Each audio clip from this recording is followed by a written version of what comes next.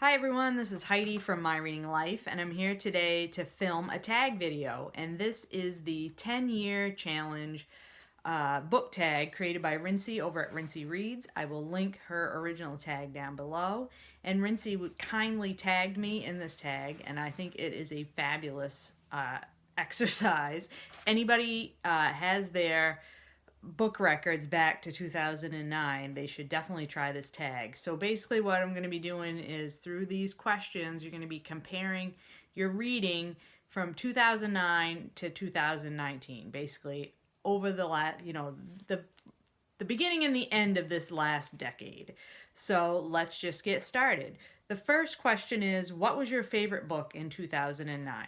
So the first thing you need to know about me is that I keep my book records in hard copy in these composition notebooks. And so I went back and I found my 2009 records, and sadly, I did not rank my reading back in 2009. So I just have to go by what I remember from my reading back then. The second thing you should know is I read 159 books in 2009, and the vast majority of that was basically romance novels. So 10 years ago, I had an 11-year-old and an 8-year-old, and I was incredibly busy, and I basically didn't have a lot of brain power for anything too difficult. So my answers are going to reflect that reality. And I couldn't pick my favorite just fiction or just one book. I had to pick a fiction and a nonfiction, you know me. So my favorite nonfiction that I read in 2009 was 84 Charing Cross Road by Helen Hamp. That's a booktube darling. Everybody loves that book, and it's fantastic. And my favorite fiction from that year was The Hunger Games by Suzanne Collins. No surprise there. That was a hugely popular book. Obviously, I was not the target audience for that YA novel, but I happened to pick it up and blew through it. I just loved it. It was so good. Sadly, the rest of the trilogy was not as good as that first one. Question 2 is, what is your favorite book in 2019? And again, I've got to do a nonfiction and a fiction. For nonfiction so far, my favorite book is Thick by Tressie McMillan Cottom. And that, that may not hold its place because I'm reading a nonfiction right now that may knock it out. But for now, it's Thick. And then my fiction is A Place for Us by Fatima Farheen Mirza, which is probably no surprise since you've heard me talk about that book multiple times at this point. Question 3, what was your least favorite book in 2019? My least favorite book in 2009. As I said, I read a lot of romance, and I read a ton of just terrible romances based on my notes in my reading log.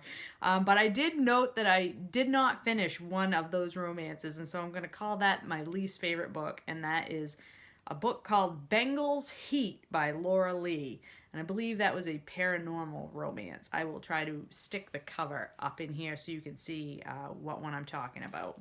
I don't remember anything about it other than that. I think it had to do with, I think it's a shapeshifter romance, if I remember correctly. That's a series by Laura Lee.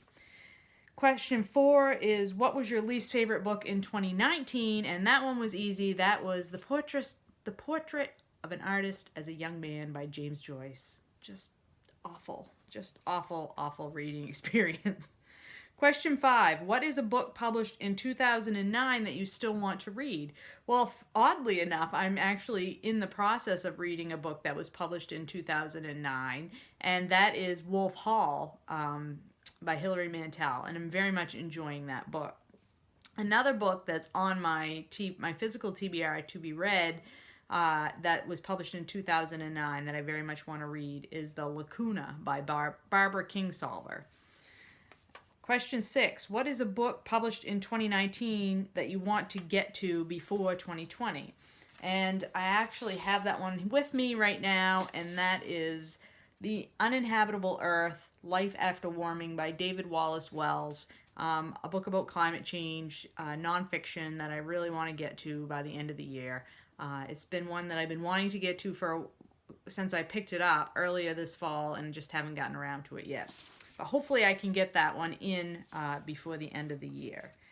7, what is a genre you used to read a lot of that you don't read as much anymore? And that would be paranormal or romance or urban fantasy. I used to almost exclusively read that for a while, and then I just kind of burnt myself out. I think when you read a lot of one particular kind of book, then a lot of times you burn yourself out, and I believe that's what I did with the paranormal romance slash urban fantasy. Question 8, what is a new genre you've discovered since 2009? I've always read widely throughout all the genres, but one that I don't think that I was reading at all previous to 2009 was graphic novels, and specifically graphic memoirs or graphic nonfiction. I don't believe I'd ever read anything in that style previous to 2009. And now, well, it's not a high percentage of my reading. I certainly do like a graphic novel, and I particularly like graphic nonfiction. Question 9, what is a reading or book habit that you're hoping to leave behind in this decade? So I am hoping to leave behind the idea that I have to finish every book that I start. I'm starting to get better at bailing or not finishing books that I start that I'm really not enjoying. As I get older, I just realize that my time is not infinite, and my life is too busy and my time is too short for me to read books that I'm not enjoying. So I'm hoping to, as I move into the new decade, just bail on things more often. I think it's a reasonable approach when we have so many great books out there to read. And then finally, question 10, what is a new reading goal or habit that you want to create in the upcoming decade? One thing that I've always wanted to be better at, and I want to try to focus on in the upcoming decade, is sort of writing more notes and taking down more quotes as I read. I've always been fascinated with the idea of a commonplace book. I know that Jason over at Old Blues Chapter and Verse keeps a commonplace book, and maybe some of the rest of you do as well. It's something that I've been interested in a while, and I kind of haphazardly take notes in my bullet journal.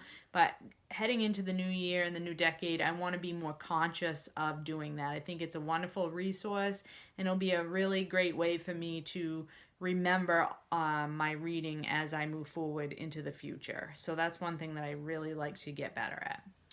So that is the 10-year challenge, and I will not tag anybody specifically here, but I will say if any of you have been tracking your reading since 2009, I would highly encourage you to do this tag. It is really fun. I very much appreciate Rincey tagging me and thinking of me in this creation of this wonderful enterprise, and I hope to see some of you guys do this video as well. And if you do, please let me know down in the comments below that you filmed the video, and I will come watch it.